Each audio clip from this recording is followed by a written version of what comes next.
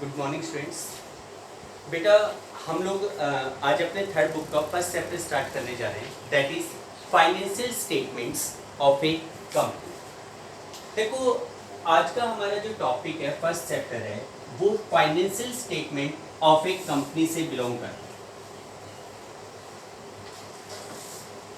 है। सबसे पहले चैप्टर है financial statements of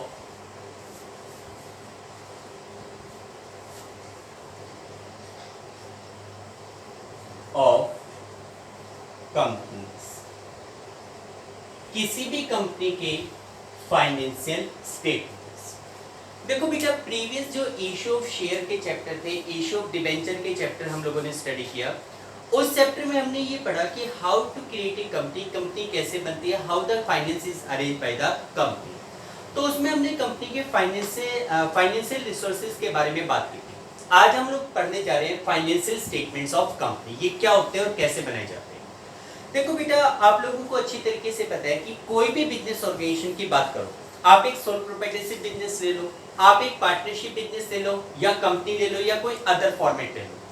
her business organisation एक फाइनेंशियल ईयर की एंडिंग के ऊपर अपने बिजनेस के बारे में बहुत सारी इंफॉर्मेशन जानना चाहते हैं। लाइक उन्हें कितने का प्रॉफिट हो रहा है, कितने का लॉस हो रहा है, किससे पैसा लेना है, किसको पैसा देना है, एक्सेट्रा। ऐसी बहुत सारी इंफॉर्मेशंस होती है जो हर बिजनेस ऑर्गेनाइजेशन अपने बिजनेस के बारे में जानना चाहते हैं। और इन सभी इंफॉर्मेशन को जानने के लिए पहले में ही हम पढ़ चुके हैं कि हर बिजनेस ऑर्गेनाइजेशन एक फाइनेंशियल ईयर की एंडिंग के ऊपर अपने फाइनेंशियल स्टेटमेंट बनाते हैं। फाइनेंशियल स्टेटमेंट को हम ये कह सकते हैं कि financial statements are the end product of accounting process. यानी कि अकाउंटिंग प्रोसेस का जो एंड प्रोडक्ट है, जो एंड रिजल्ट होते हैं, सबसे लास्ट में बनाए जाते हैं, वो फाइनेंशियल स्टेटमेंट होते हैं, which provide us various type of information, जो हमें कई प्रकार की इंफॉर्मेशन प्रोवाइड करते हैं। अब अगर हम एक कंपनी के फाइनेंशियल स्टेटमेंट की बात करें, भाई कंपनी भी एक बिजनेस ऑर्गेनाइजेशन है। कंपनी में ठीक है, ओनर तो शेयर होल्डर होते हैं and the persons appointed by the shareholder manage the company, but still the company want to get many type of information related to the business. The company want to provide many information to the shareholder, like profit और loss earn during the year, financial position of the business, liquidity position of the business, rate of dividend etcetera. ऐसी बहुत सारी information होती है जो हमें share holder को provide करनी होती है। इन सभी इंफॉर्मेशन को जानने के लिए कोई भी कंपनी एक फाइनेंशियल ईयर की एंडिंग के ऊपर अपने फाइनेंशियल स्टेटमेंट्स प्रिपेयर करती है।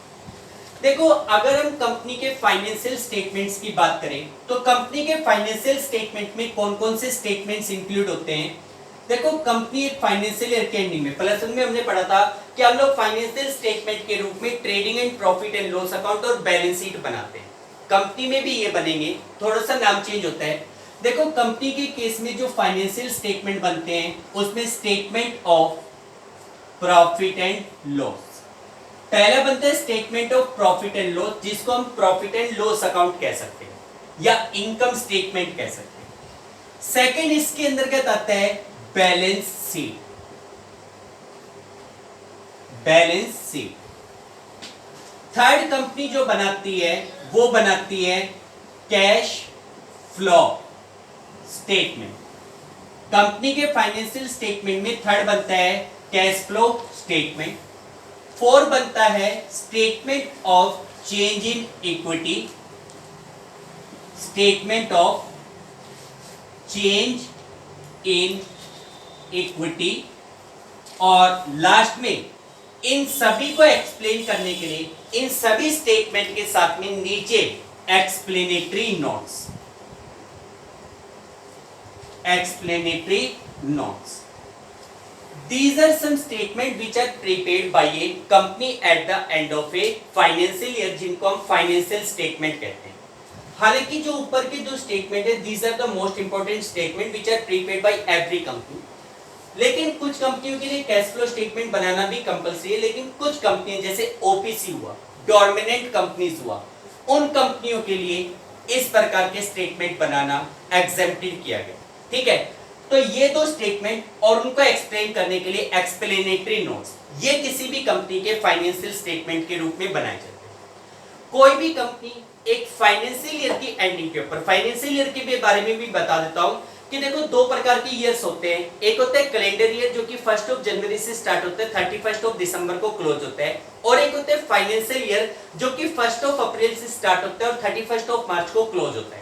तो कंपनियों के केस में it is a compensation, it is a requirement to follow the financial year. Company financial year को फॉलो करती है 1 अप्रैल से लेके 31 मार्च तक।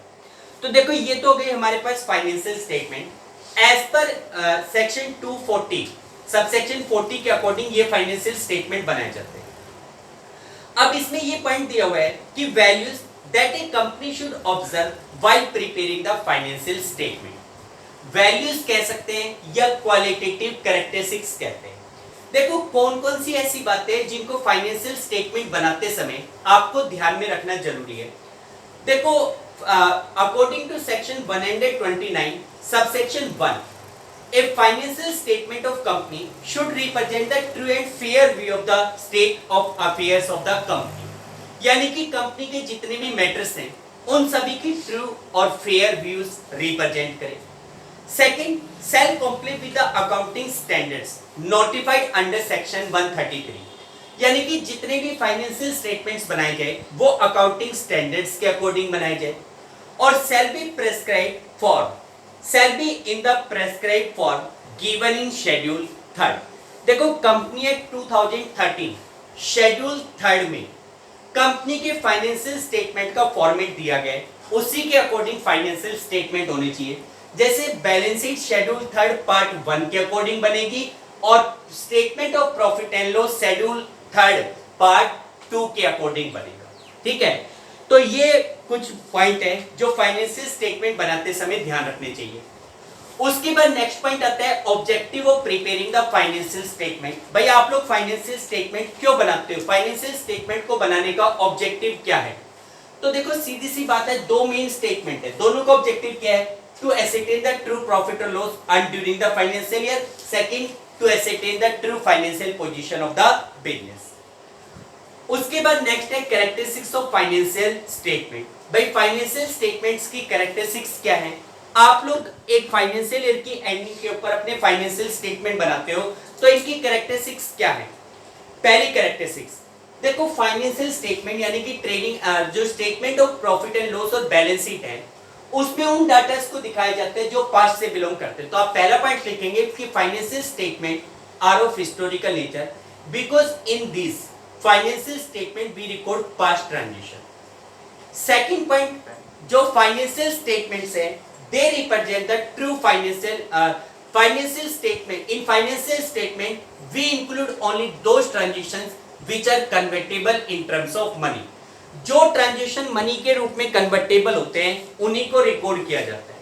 ठीक है, उसके बाद financial statement show profitability and the financial position of the business.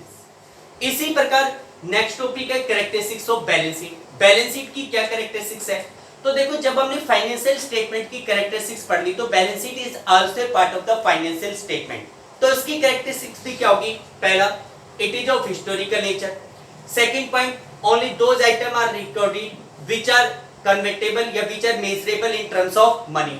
Third, it provide the information related to financial position. और जो फोर्थ पॉइंट है वो है it belongs to a particular point of time, not a particular period. देखो balance sheet हमेशा एक particular point of time से belong करती है, ना कि एक पर्टिकुलर पीरियड से बिलोंग करती है। इसी प्रकार नेक्स्ट है characteristics of statement of profit and loss. हम लोग जो statement of profit and loss बनाते हैं उसकी कैरेक्टरिस्टिक्स क्या है? तो देखो वही बात है, पास्ट डाटा है इसलिए हिस्टोरिकल नेचर का है। Second, provide the information related to profit and loss earn during the year. ठीक है। Third, it belongs to a particular period of time. देखो statement of P and L particular period से belong करती है। ठीक है। अच्छा, इसके बाद नेक्स्ट है नेचर ऑफ फाइनेंशियल स्टेटमेंट। बेटा नेचर यानी कि कैरेक्टरिस्टिक्स यानी कि वही चीजें हैं, रिकॉर्डेड फैक्ट मतलब ये पास्ट डाटा के ऊपर बेस्ड है।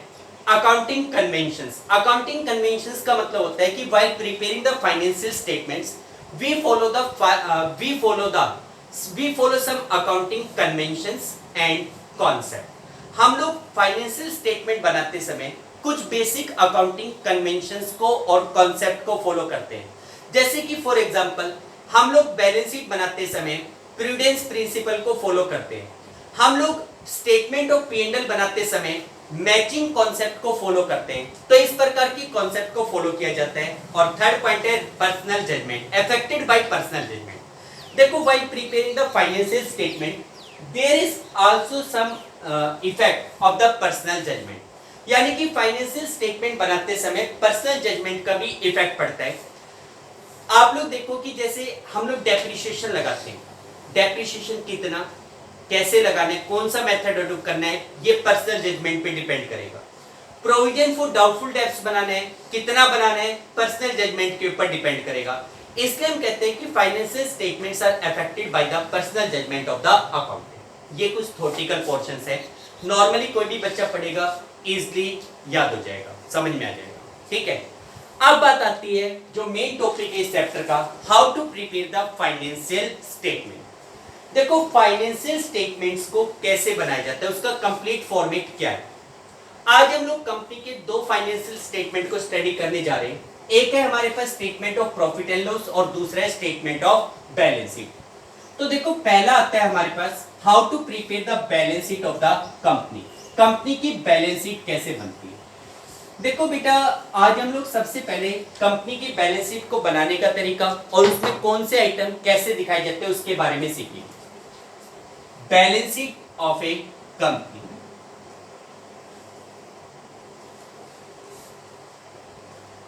Balance sheet of A company. देखो बेटा, आप सभी ने बहुत सारे पिछले चैप्टर्स पढ़े जिसमें आप लोगों ने बैलेंस शीट बनाई थी, स्पेशली पार्टनरशिप के चैप्टर से रिलेटेड। उसमें क्या होता था कि बैलेंस शीट आप कैसे बनाते थे, ये आपका फॉर्मेट होता था। आप लोग लिख देते थे लायबिलिटी,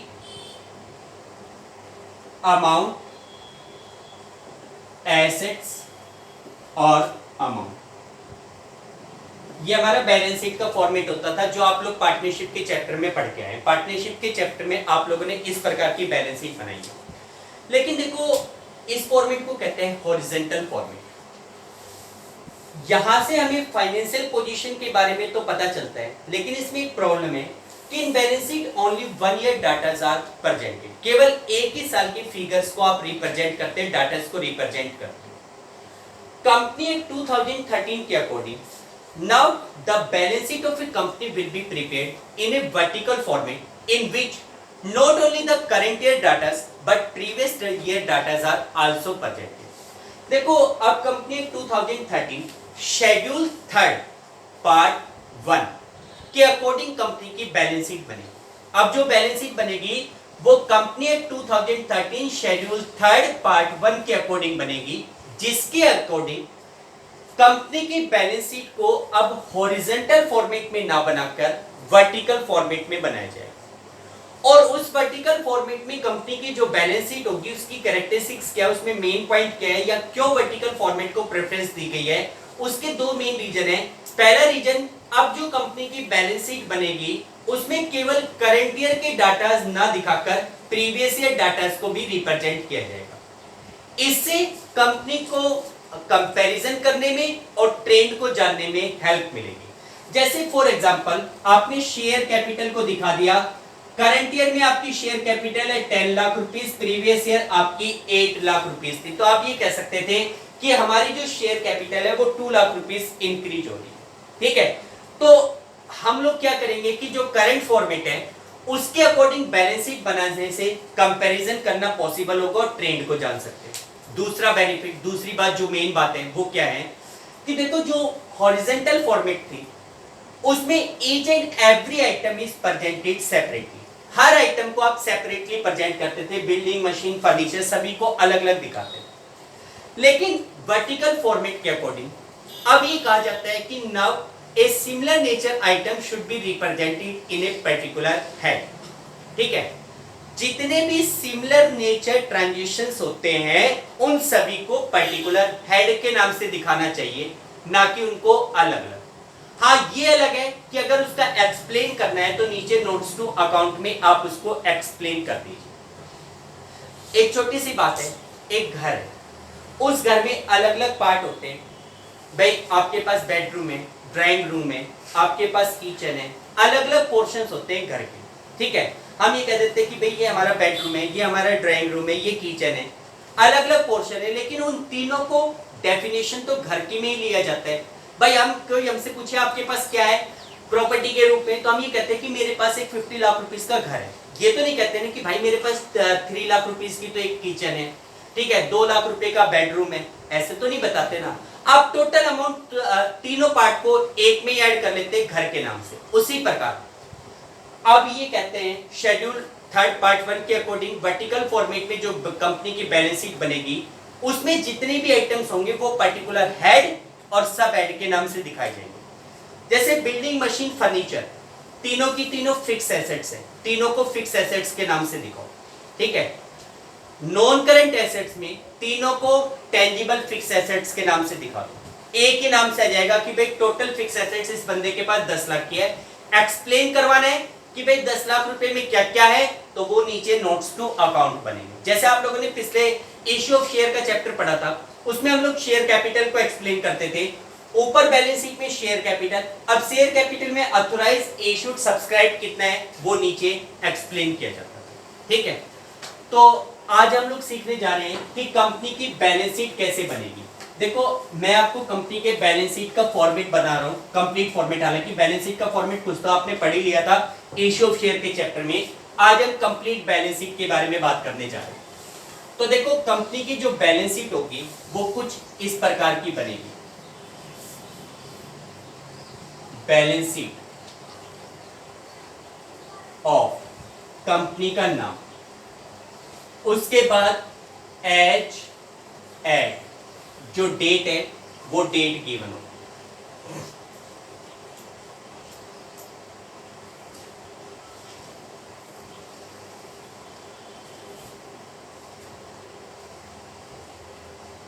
बेटा ये इसका फॉर्मेट है। सबसे पहला कॉलम पर्टिकुलर्स,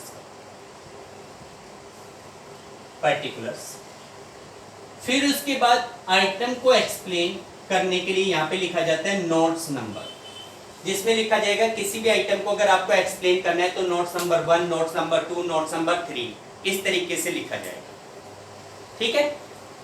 उसके बाद यहां पे आएगा figure of current year, figure of current year, figure of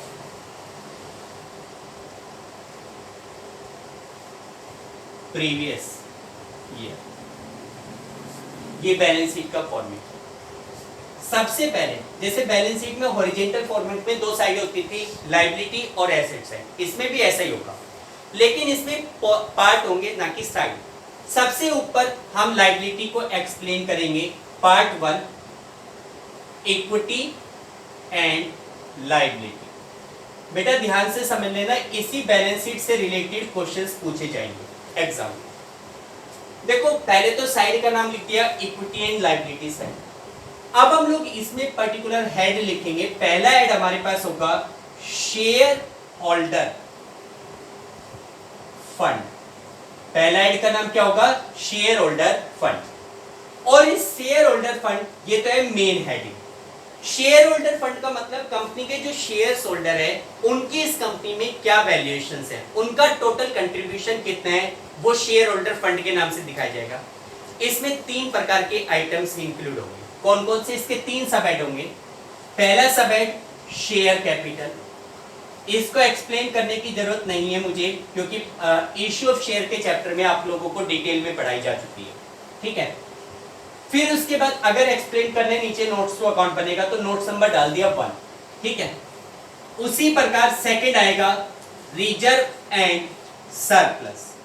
देखो कंपनी के पास जितने भी रिजर्व्स हैं, capital reserve, general reserve, workman compensation reserve, investment fluctuation reserve, profit and loss का क्रेडिट बैलेंस, वो सारे यहाँ एक साथ ऐड होके आएंगे। और उनमें से अगर प्रॉफिट एंड लॉस का कोई नेगेटिव बैलेंस है या कोई प्रीलिमिनरी एक्सपेंसेस है तो उनको इसमें से माइनस कर दिया जाएगा, तो वो सारा आइटम यहां पे आ जाएगा रिजर्वेंट सरप्लस के नाम से। उसके बाद थर्ड आता है money receive against share warrant. Money receive against share warrant, ये हमारे सिलेबस में नहीं है, इनसे रिलेटेड कोई क्वेश्चन नहीं पूछा जाएगा, लेकिन ये होता क्या है वो बता देता हूं। भाई money received against share warrant एक ऐसा फाइनेंशियल इंस्ट्रूमेंट्स होता है जो आप लोगों को, अपने एम्प्लॉइज को या किसी वर्कर को इशू करते हो, जिसमें उन लोगों को ये राइट दिया जाता है कि भाई फ्यूचर में किसी भी डेट के ऊपर आप इस इंस्ट्रूमेंट को, इस कागज के टुकड़े को आप इक्विटी शेयर में कन्वर्ट करवा सकते हो हमसे, तो उसे कहते हैं, उसके अगेंस्ट जो पैसा मिला उसे कहते हैं money receive against share warrant. ये हमारे सिलेबस में नहीं है, इससे रिलेटेड क्वेश्चन नहीं पूछा जाएगा। लेकिन अगर क्वेश्चन ये आ गया एग्जाम में, give the sub heading of share holder fund, 1 number में 3 नंबर में क्वेश्चन आ सकता है, ठीक है, give the sub headings of the share holder fund, तो आपको तीनों सब हेडिंग्स बताने पड़ेंगे, ठीक। ये 3 सब हेडिंग है शेयर होल्डर फंड। फिर दूसरा मेन हेडिंग होता है लायबिलिटी साइड में, that is money application money received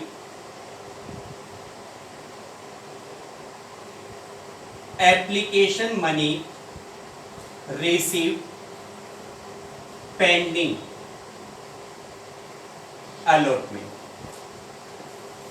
application money received pending allotment, इसका मतलब भाई जैसे आप लोग बैलेंस शीट बनाओगे, उसकी डेट फिक्स है 31 मार्च, लेकिन कोई कंपनी कोई फाइनेंशियल ट्रांजेक्शन करती है, उसकी क्या डेट है वो फिक्स नहीं। लाइक आपको शेयर इशू करने, आपने 1 मार्च को शेयर इशू करने का प्रोस्पेक्टस इशू कर दिया, 20 मार्च तक एप्लीकेशन मिल गई, 20 मार्च तक लोगों से एप्लीकेशन का पैसा मिल गया। शेयर अलॉट करने आपको 10 अप्रैल को, अब 20 मार्च करंट ईयर का है और 10 अप्रैल नेक्स्ट ईयर में, 20 मार्च तक एप्लीकेशन आपको मिल चुकी, लेकिन अभी तक आपने शेयर अलॉट नहीं किए, तो वो पैसा इसमें दिखाया जाएगा money receive application money receive pending allotment. ये भी हमारे सिलेबस में नहीं है, इसका भी क्वेश्चन नहीं पूछे।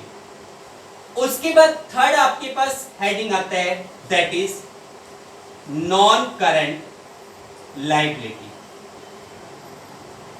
नॉन करंट लायबिलिटी, जो लायबिलिटी लॉन्ग टर्म के लिए, इसमें सबसे पहला हेडिंग है, सब हेडिंग है long term borrowing. Long term borrowing, जो पैसा आपने लॉन्ग टर्म के लिए उधार ले रखा है उसे लॉन्ग टर्म बोरोविंग के नाम से दिखाया जाएगा, जिसमें debenture, bank loan, mortgage loan, इस प्रकार के जितने भी लॉन्ग टर्म लोन्स हैं वो सारे इस लॉन्ग टर्म बोरोविंग में आएंगे, ठीक है।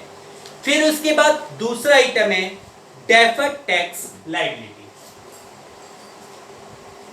डेफर्ड टैक्स लायबिलिटी, बेटा ये सिलेबस में नहीं है, इसका एक्सप्लेनेशन मैं बाद में करूंगा, क्योंकि एक आइटम और आएगा डेफर्ड टैक्स एसेट्स, उसी के साथ एक्सप्लेन करूंगा। फिर आता है long term provisions. Long term provisions, अगर आपने कोई प्रोविजन लॉन्ग टर्म के लिए बना रखा है, कोई भी प्रोविजन लॉन्ग टर्म के लिए है, तो उसको लॉन्ग टर्म प्रोविजन के लिए नाम से दिखाया जाएगा, जैसे प्रोविजन फॉर डेप्रिसिएशन, ठीक है, प्रोविजन फॉर डेप्रिसिएशन जो कि फिक्स एसेट्स पे बनाया जाता है लॉन्ग टर्म के लिए, ठीक है, तो उसको लॉन्ग टर्म प्रोविजन के नाम से दिखाया जाएगा। उसके बाद लास्ट आइटम आपके पास आता है इसका other long term liability. Other long term liability, भाई इनके अलावा अगर कोई अदर लायबिलिटीज है which are to be paid more than after 1 year, तो उसको अदर लॉन्ग टर्म लायबिलिटी के नाम से दिखाया जाएगा। ये 4 सब हेडिंग्स है जो नॉन करेंट लायबिलिटी हेडिंग के अंतर्गत आएंगे। इसके बाद नॉन करेंट लायबिलिटी के बाद अगला आपके पास हेडिंग है, that is current liability. Fourth आपका मेन हेडिंग है करंट लायबिलिटीज।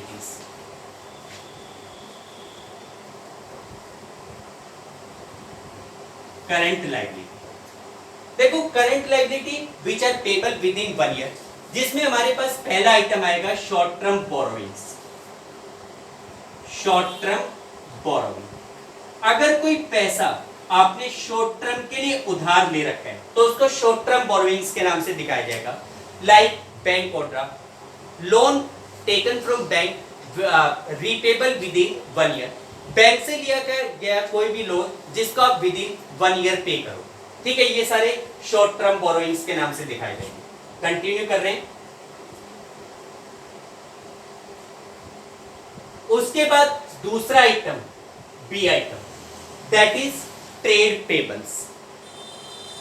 देखो इसके बाद आपके पास आता है ट्रेड पेबल्स। बी आइटम में ट्रेड पेबल्स, वो करंट लायबिलिटीज जो आपकी बिजनेस ट्रांजैक्शन का रिजल्ट है, which are to be paid within 1 year. इसमें मेनली क्रेडिटर और बिल्स पेबल इंक्लूड होते हैं। क्रेडिटर और बिल्स पेबल इसमें इंक्लूड होते हैं। उसके बाद थर्ड आता है short term provisions. Short term provisions, short term provision means those provision which are made for less than 1 year, like provision for doubtful debts, provision for discount, provision for tax, ये सारे short term provisions है। क्या है? short term provisions। उसके बाद last में आता है other current liability. Other current liability, इसके अलावा अगर कोई लायबिलिटी बच गई तो वो अदर करंट लायबिलिटी के नाम से आएगा। लाइक आउटस्टैंडिंग एक्सपेंस, ठीक है, like matured debenture. Matured debenture मतलब भाई वैसे तो आपको पता है डिबेंचर लॉन्ग टर्म बोरोइंग्स का पार्ट होता है, लेकिन आपको पता है कि कोई भी कंपनी डिबेंचर इशू करती है तो एक सर्टेन टाइम पीरियड के बाद उन डिबेंचर का रिडेम्पशन किया जाता है। जैसे 5 साल बाद उनका रिडेम्पशन करना है, ठीक है। जिस समय इशू किए गए वो लॉन्ग टर्म बोरोइंग का पार्ट है, लेकिन ये कहा गया कि भाई 5 साल के बाद हम उनको रिडीम करेंगे। आफ्टर 5 ईयर उनका रिडीम्पशन करेंगे। तो 5th ईयर में जैसे ही हम एंट्री करेंगे, जैसे ही 5वां साल आएगा, अब उन डिबेंचर का टाइम पीरियड कितना बच गया? 1 ईयर बच गया। भाई उन डिबेंचर को 1 ईयर के अंदर पे करना है तो उनको कहेंगे मैच्योर डिबेंचर, जो कि करंट लायबिलिटी का पार्ट बन जाएगा। अदर करंट लायबिलिटी के नाम से उनको दिखाया जाएगा, ठीक है। ये हमारे पास करंट लायबिलिटी के पार्ट है और लास्ट में यहाँ पे कर दिया जाएगा टोटल, ठीक है। ये हमारे पास लायबिलिटी साइड का आइटम होगा। इसके बाद जो बैलेंस शीट का सेकंड पार्ट बनेगा, ये फर्स्ट पार्ट था, अब सेकंड पार्ट एसेट्स। अब हम लोग एसेट साइड को एक्सप्लेन करने जा रहे हैं। देखो एसेट साइड में 2 मेन हेडिंग होंगे। पहला हेडिंग है non current assets. Non current assets, non current assets में हमारे पास पहला, ये तो मेन हेडिंग है, सब हेडिंग फर्स्ट आएगा फिक्स्ड एसेट्स। फिक्स्ड एसेट्स, और फिक्स्ड एसेट्स में भी 4 प्रकार की फिक्स्ड एसेट्स होती है, ठीक है। पहली होती है tangible fixed assets. Tangible assets, fix तो है ही, tangible assets. Building machine furniture सारी टेंजिबल फिक्स एसेट्स है। सेकंड है intangible assets. Intangible assets, goodwill, patents, copyright, सारे के सारे इंटेंजिबल फिक्स एसेट्स हैं। उसके बाद इसी में थर्ड आएगा capital work in progress. Capital work in progress, जो फिक्स एसेट्स अभी पूरी तरीके से डेवलप नहीं हुई बल्कि अंडर कंस्ट्रक्शन है, लाइक बिल्डिंग अंडर कंस्ट्रक्शन, तो वो कैपिटल वर्क इन प्रोग्रेस के नाम से। और फोर्थ हमारे पास आएगा intangible assets under development. Fourth इसका पार्ट आएगा intangible assets under development. Development वो इंटेंजिबल एसेट्स जो अभी तक प्रोग्रेस में, लाइक भाई आप कोई नया सॉफ्टवेयर, कंप्यूटर सॉफ्टवेयर लॉन्च करने जा रहे हो जिसके ऊपर फिलहाल आप वर्क कर रहे हो, तो उसको कहते हैं इंटेंजिबल एसेट्स अंडर डेवलपमेंट, जो भी पूरी तरीके से डेवलप नहीं, डेवलप होगी। जैसे सिंपल सा एग्जांपल है, कोरोना इस समय चल रहा है जिसकी वैक्सीन अभी तक नहीं बन रही। जितने भी साइंटिस्ट है वो सारे इसकी वैक्सीन बनाने में लग रहे हैं, अपना अपना फार्मूला बनाते हैं। फार्मूला उनके लिए जो फार्मूले से जिस फार्मूले से वो मेडिसिन बनेगी वो फार्मूला उनके लिए इंटेंजिबल एसेट्स होता है, और वो इस समय अंडर डेवलपमेंट है, अभी डेवलप नहीं हुआ, तो उनको इस नाम से दिखाया जाएगा। ये 4 सब हेडिंग्स होते हैं फिक्स एसेट्स में, जिसमें से ये तो हमारे सिलेबस में नहीं है, इनसे रिलेटेड क्वेश्चन नहीं पूछे, ठीक। उसके बाद दूसरा सब हेडिंग है फिक्स एसेट्स का, that is non current investment. Non current investment, जो इन्वेस्टमेंट करंट नहीं है, लॉन्ग टर्म के लिए आपने खरीदे। उसके बाद अगला आता है डेफर्ड टैक्स एसेट्स। ये हमारे सिलेबस में नहीं है, लास्ट में इनको एक्सप्लेन करेंगे दोनों पॉइंट को, डेफर्ड टैक्स एसेट्स और डेफर्ड टैक्स लायबिलिटी को। उसके बाद अगला है लॉन्ग टर्म लोन्स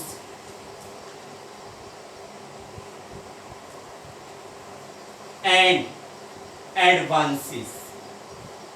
अगर आपने किसी को लॉन्ग टर्म के लिए लोन दे रखा है, ठीक है, आप भाई मान लो कोई बंदा आपके पास आ गया, उसको आपने 10 लाख का लोन दे दिया अपने बिजनेस अकाउंट से, मतलब कि बिजनेस पॉइंट ऑफ व्यू से, and that is repayable after 5 year, तो उसको long term loans and advance के नाम से दिखाया जाएगा।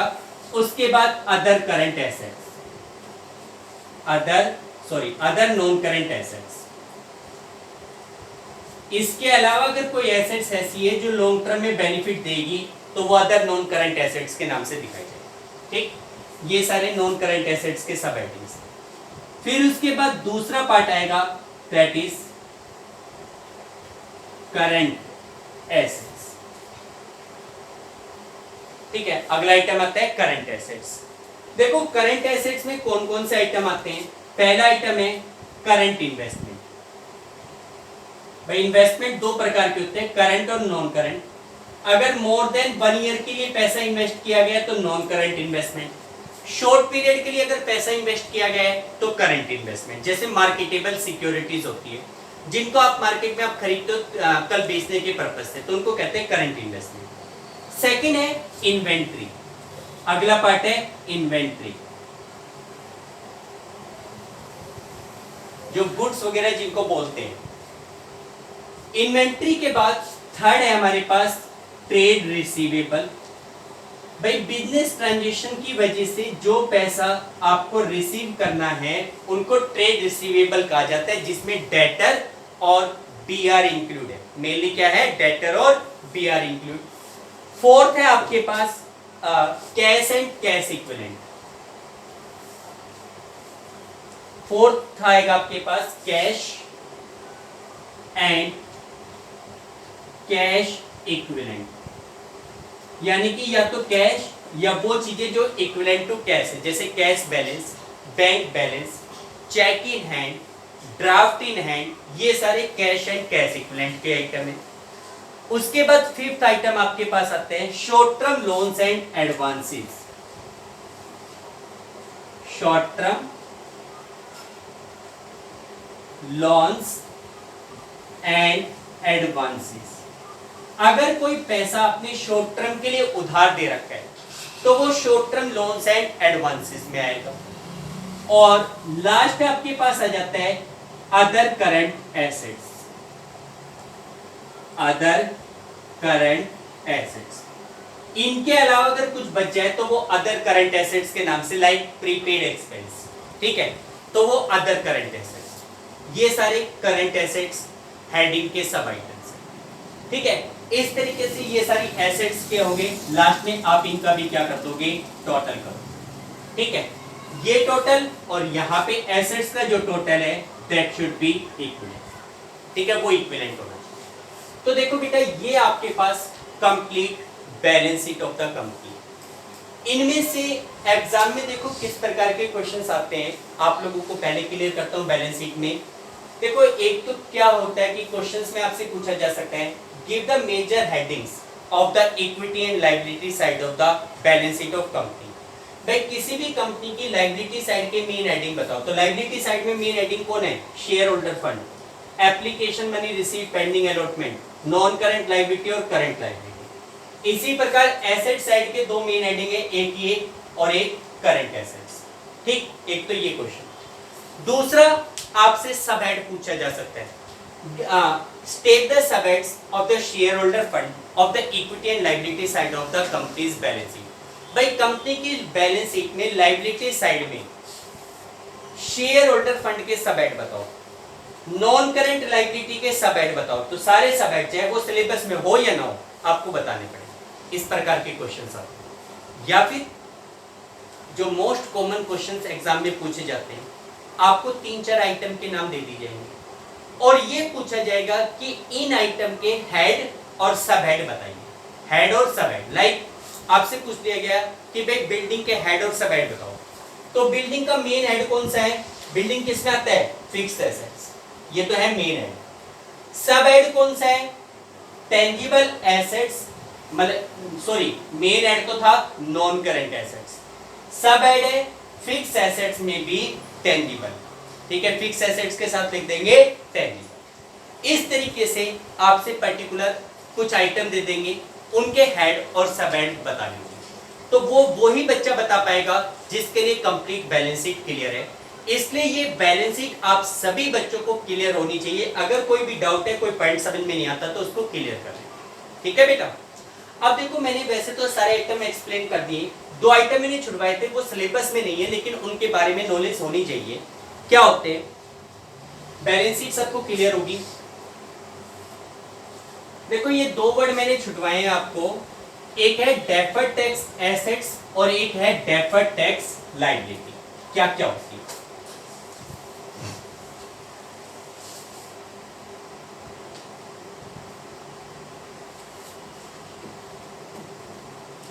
देखो ये 2 पॉइंट थे, एक था डेफर्ड टैक्स एसेट्स और दूसरा था डेफर्ड टैक्स लायबिलिटी। ये क्या होते हैं? देखो बेटा, जैसे आपको पता है कि कोई भी बिजनेसमैन एक फाइनेंशियल ईयर की एंडिंग के ऊपर जो प्रॉफिट अर्न करते हैं उसके ऊपर उन्हें गवर्नमेंट को टैक्स देना पड़ता है। We have to pay several type of taxes to the government, जिसमें से एक टैक्स होता है इनकम टैक्स। एक कंपनी एक फाइनेंशियल ईयर की एंडिंग के ऊपर अपने अकाउंट बनाती है और इनकम टैक्स डिपार्टमेंट के सामने प्रेजेंट करती है। उसमें ये दिखाया जाता है कि भाई इस साल हमने 10 लाख रुपए की इनकम जनरेट की है, इस साल की हमारी इनकम 10 लाख रुपीस है, जिसको कहते हैं अकाउंटिंग इनकम। मान लो कंपनी के अकॉर्डिंग हमारे बिजनेस की जो अकाउंटिंग इनकम है वो 10 लाख रुपीस है, 10 लाख।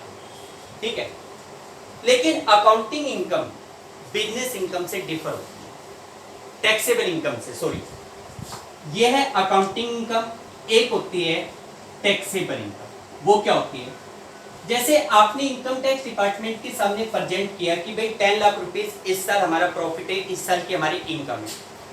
इस इनकम की कैलकुलेशन में कुछ एक्सपेंसेस और कुछ इनकम को रिकॉर्ड किया गया, कुछ एक्सपेंसेस और कुछ इनकम को दिखाया गया। अब इसमें क्या होता है कि इनकम टैक्स डिपार्टमेंट क्या करता है कि कुछ एक्सपेंसेस और इनकम को अलाउड और डिसअलाउड कर देता है। लाइक आपने अपने बिजनेस में 1 लाख रुपीस का डेप्रिसिएशन लगा रखा है, आपके अकॉर्डिंग डेप्रिसिएशन 1 लाख रुपीस का था और 1 लाख का डेप्रिसिएशन लगा के भाई आपने अपनी बिल्डिंग पे 10% डेप्रिसिएशन लगा रखा है 1 लाख रुपीस। ठीक है, बिल्डिंग पे 10% के हिसाब से 1 लाख का डेप्रिसिएशन लगा रखा है। अब बिजनेस कहता है, भाई टैक्सेशन डिपार्टमेंट कहता है कि आप बिल्डिंग पे 10% डेप्रिसिएशन मत लगाओ बल्कि 20% लगाओ। ठीक है, तो 20% के हिसाब से ये डेप्रिसिएशन कितने का हो जाएगा? 2 लाख रुपीस का हो जाएगा। पहले आपने 1 लाख रुपीस प्रॉफिट में से माइनस कर रखा था, आपकी इनकम आ रखी थी 10 लाख रुपीस। अब 2 लाख माइनस करोगे तो आपकी जो टैक्सेबल इनकम होगी वो कितनी होगी? 9 लाख रुपीस। टैक्स रेट मान लो 30% है। टैक्स रेट क्या है? 30%। आपके अकॉर्डिंग 1 लाख के ऊपर टैक्स 10 लाख पे टैक्स 30% के हिसाब से 3 लाख बनता था, लेकिन आईटी डिपार्टमेंट कहता है कि आपकी इनकम 9 लाख रुपीस है, जिसके ऊपर 30% के हिसाब से आप हमें 270 का टैक्स दे दो, आपको 30,000 रुपीज की बचत हो गई, सेविंग हो गई। लेकिन ये सेविंग नहीं है, आज आपने डेप्रिसिएशन ज्यादा लगा दिया जिसकी वजह से सेविंग हो गई, जिसकी वजह से टैक्स बच गया, बट यू हैव टू पे दिस टैक्स लेटर हो, आपको बाद में देना पड़ेगा। अगले साल आप डेप्रिसिएशन कम लगाओगे, तो फिलहाल आपके पास बच गया, लेकिन ये अमाउंट आपको बाद में पे करना पड़ेगा। ये आपके लिए कहलाएगी डेफर्ड टैक्स लायबिलिटी। तो डेफर्ड टैक्स लायबिलिटी का मतलब हो गया कि when accounting income is more than the taxable income, then tax on excess of accounting income over taxable income is called deferred tax liability। ठीक है, यानी कि tax on excess of accounting income over taxable income is called deferred tax liability। इसी प्रकार हो सकता है आपने 2 लाख का डेप्रिसिएशन लगा के 10 लाख की इनकम दिखा रखी हो, आईटी डिपार्टमेंट कहता है 2 लाख मत लगाओ, डेप्रिसिएशन 1 लाख लगाओ, उसके अकॉर्डिंग हमारी इनकम कितनी आ जाएगी, 11 लाख आ जाएगी। हमें 10 लाख पे 3 लाख का टैक्स देना था, आईटी डिपार्टमेंट कहता है इनकम 11 लाख है, जिस पे टैक्स बनेगा 330 का, वो हमसे 30,000 रुपीज का टैक्स एक्स्ट्रा ले रहे हैं, but this will give the benefit in future, इसका बेनिफिट हमें फ्यूचर में मिल जाएगा। तो ये हमारे लिए डेफर्ड टैक्स एसेट्स कराएंगे, यानी कि when the taxable income is more than the accounting income, then tax on excess of taxable income is called deferred tax assets। ठीक है, दोनों सिलेबस में नहीं है लेकिन नॉलेज होनी चाहिए। ओके बेटा, आज इतने क्वेश्चंस कीजिए, बैलेंस शीट को आप लोग अच्छी तरीके से स्टडी कीजिए, कोई भी डाउट है, कोई दिक्कत है तो तुरंत मुझे कॉल कीजिए, मैसेज कीजिए। Okay, thank you, have a nice day.